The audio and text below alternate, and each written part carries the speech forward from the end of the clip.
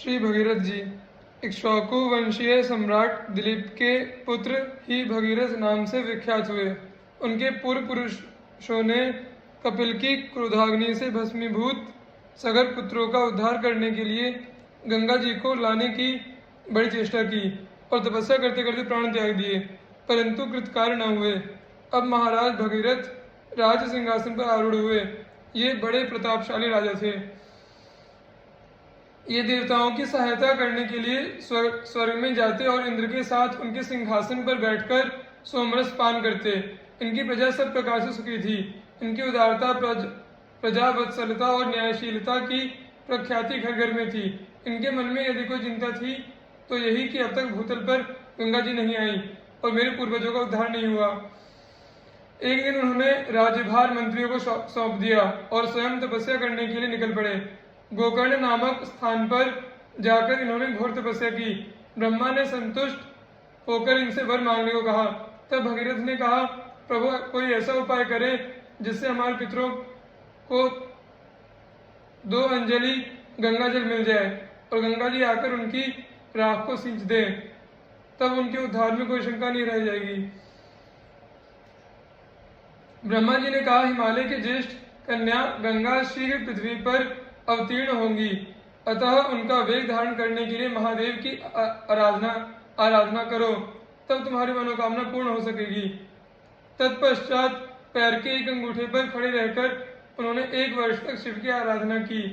भगवान शंकर उन पर प्रसन्न हुए और उन्होंने गंगा धारण की बात स्वीकार की। उस समय गंगा प्रबल वेग से शिव के सिर पर गिरने लगी। वे मन में ऐसा सोच रही थी कि अपने प्रबल वेग में बहाकर शंकर को भी रसातल ले जाऊं। महादेव उनके मन की बात जानकर बड़े कुपित हुए और अपने जटा जाल में उन्हें छिपा लिया। गंगा जी चेष्टा करके भी बाहर न निकल सकी। भगीरथ ने शंकर की बड़ी प्रार्थना की। तब कहीं उन्होंने गंगा को निकालकर बिंदु सरोवर की ओर छोड़ दिया। इसी से गंगा के 7 धाराएं हो गई। उनमें से एक ने ही भगीरथ का अनुगमन किया। भगीरथ दिव्य रथ पर चढ़कर गंगा के आगे आगे चलते हुए वर्तमान गंगा सागर के पास पहुंचे, जहां कपिल की तीव्र दृष्टि से उनके पूर्व पुरुष भस्म हुए थे। यो तो मार्ग में कई विघ्न पड़े, परंतु वे भगवान की कृपा से सबसे बचते गए। वहां जाकर गंगा ने उनके चाचाओं की भस्म राशि को अपनी धारा से प्लावित कर दिया, जिससे उन सबों ने सदगति प्राप्त की। श्रीमद् भागवत में गंगा जी के अवतीर्ण होने के पूर्व उनके और राजा भगीरथ के बीच में जो बातचीत हुई उसका बड़ा सुंदर वर्णन आता है। गंगा जी ने भगीरथ से कहा कि भूतल के प्राणी जब मेरे अंदर स्नान करके अपने पापों को धोएंगे तो उनके वे पाप मेरे अंदर प्रवेश कर जाएंगे, उनसे मेरा छुटकारा कैसे होगा। राजा भगीरथ ने गंगा जी के प्रश्न का जो उत्तर दिया उससे साधुओं की अगाध महिमा प्रकट होती है। भगीरथ ने कहा, जिनके विषय वासना निर्मूल हो गई है और जो शांत ब्रह्मनिष्ठ एवं संसार को पावन करने वाले हैं, ऐसे महापुरुष जब तुम्हारे अंदर स्नान करेंगे तो उनके अंग स्पर्श से तुम्हारे अंदर प्रविष्ट हुए सारे पातक धुल जाएंगे, क्योंकि सारे पातकों का नाश करने वाले श्री हरि उनके हृदय में सदा विराजमान रहते हैं। जगत को पावन करने वाली श्री गंगा जी भी जिनके स्पर्श से पवित्र होती है, उन संतों की महिमा का कहाँ तक वर्णन किया जाए। देवी भागवत में वर्णन है कि गंगा को लाने के लिए भगीरथ ने श्री कृष्ण की आराधना की थी और बृहन्नारदीय के अनुसार भृगु मुनि के उपदेश से हिमालय पर जाकर इन्होंने भगवान नारायण की आराधना की और उन्हीं के प्रसाद एवं वरदान से गंगा जी भूतल पर अवतीर्ण हुई। चाहे जो हो, कल भेद से सभी ठीक है। महाराज भगीरथ ने हम भूतल वासियों को एक ऐसी अमूल्य निधि दान की जिससे हम जब तक सृष्टि रहेगी उनके ऋणी रहेंगे और उनके यश संगीत का गायन करते रहेंगे। उन्होंने अपने पितरों के बहाने हम सबका उद्धार कर दिया, हमारे हाथ में परम कल्याण का गुप्त मंत्र दे दिया। इससे बढ़कर हमारा और कौन सा उपकार हो सकता है। विभिन्न पुराणों में इनके विभिन्न पुत्रों का वर्णन आता है और इनकी पितृभक्ति, गुरु भक्ति एवं भगवत भक्ति का बड़ा सुंदर वर्णन मिलता है। पुराणों द्वारा उनका अनुशीलन किया जा सकता है।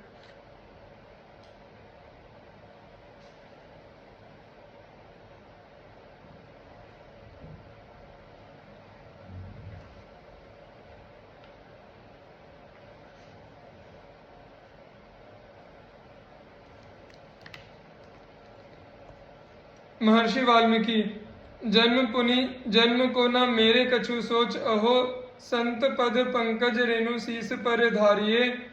प्राचीन बर ही आदि कथा पर सिद्ध जग, उभय वाल्मीकि बात चित्त तैन टारिये। भय भील संग भील ऋषि संग ऋषि भय, भय राम दर्शन लीला विस्तारिये। जिन्हें जग गाय किहूँ सके न अघाय चाहे, भाई भरी हियो भरी नैन भरी ढारिये। प्रियादास जी नाभा जी के हार्दिक भाव व्यक्त करते हुए कहते हैं कि अहो, यदि मुझे बार बार जन्म लेकर संसार में आना पड़े तो इसकी मुझे कुछ भी चिंता नहीं है, क्योंकि इससे बड़ा भारी लाभ होगा कि संतों के चरण कमलों की रज सिर पर धारण करने का शुभ अवसर मिलेगा। प्राचीन बरही आदि भक्तों की कथाएं पुराण इतिहास में वर्णित हैं, परंतु महर्षि वाल्मीकि और स्वपच भक्त वाल्मीकि, इन दोनों की कथा को चित्त से कभी दूर नहीं करना चाहिए। महर्षि वाल्मीकि पहले भीलों का साथ पाकर भीलों का सा आचरण करने वाले हो गए, फिर ऋषियों का संग पाकर ऋषि हो गए। उन्हें श्री रघुनाथ जी के दर्शन हुए। उन्होंने अपनी वाल्मीकि रामायण में श्री राम जी के चरित्र का विस्तार पूर्वक ऐसा उत्तम वर्णन किया है जिन्हें गाते और सुनते हुए संसार तृप्त नहीं होता है। श्रोताओं और वक्ताओं के हृदय उत्कट प्रेमानुराग में भावों से भर जाते हैं, फिर आनंदवश नेत्रों से आंसुओं की धारा बहने लगती है। श्री राम कथा का गुणगान करने वाले महर्षि वाल्मीकि जी का पावन चरित्र संक्षेप में इस प्रकार है। राम त्वं नाम महिमा वर्णयते केन वा कथम, यत् प्रभाव दहम राम ब्रह्मर्षि त्वम वाप्तवान। हे राम जी, तुम्हारे नाम की महिमा को कौन कह सकता है, जिसके प्रभाव से मैंने ब्रह्मर्षि पद प्राप्त कर लिया। भगवान नाम के जप से मनुष्य क्या से क्या हो सकता है, इसके ज्वलंत उदाहरण भगवान वाल्मीकि हैं। इनका जन्म तो अंगिरा गोत्र के ब्राह्मण कुल में हुआ था, किंतु डाकुओं के संसर्ग में रहकर ये लूट मार और हत्याएं करने लगे। जो भी आता उसी को लूटते और कोई कुछ कहता तो उसे जान से मार देते। इस प्रकार बहुत वर्षों तक ये इस लोक निंदित क्रूर कर्म को करते रहे। इस संसार चक्र में घूमते घूमते जब जीव के उद्धार होने के दिन आते हैं, तब उसे साधु संगति प्राप्त होती है। जिसे भगवत कृपा से साधु संगति प्राप्त हो गई और साधु संत उस पर अहत की कृपा करने लगे, तब समझना चाहिए कि अब इसके उद्धार का समय आ गया। वाल्मीकि जी के भी उद्धार के दिन आ गए। एक दिन उन्होंने देखा उधर से नारद जी चले आ रहे हैं। उन्हें देखते ही ये उनके ऊपर झपटे और बोले, जो कुछ है उसे रख दो, नहीं तो जीवन से हाथ धोना पड़ेगा। नारद जी ने बड़े ही कोमल स्वर में हंसते हंसते कहा, हमारे पास और है ही क्या, यह वीणा है, एक वस्त्र है, इसे लेना चाहो तो ले लो, जान से क्यों मारते हो। वाल्मीकि जी ने कहा, वीणा क्या करते हो, वीणा का क्या करते हो, थोड़ा गाकर सुनाओ।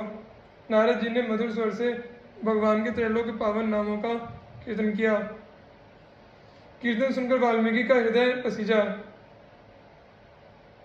कठोर हृदय में दया का संचार हुआ और चित्त में कुछ कोमलता आई।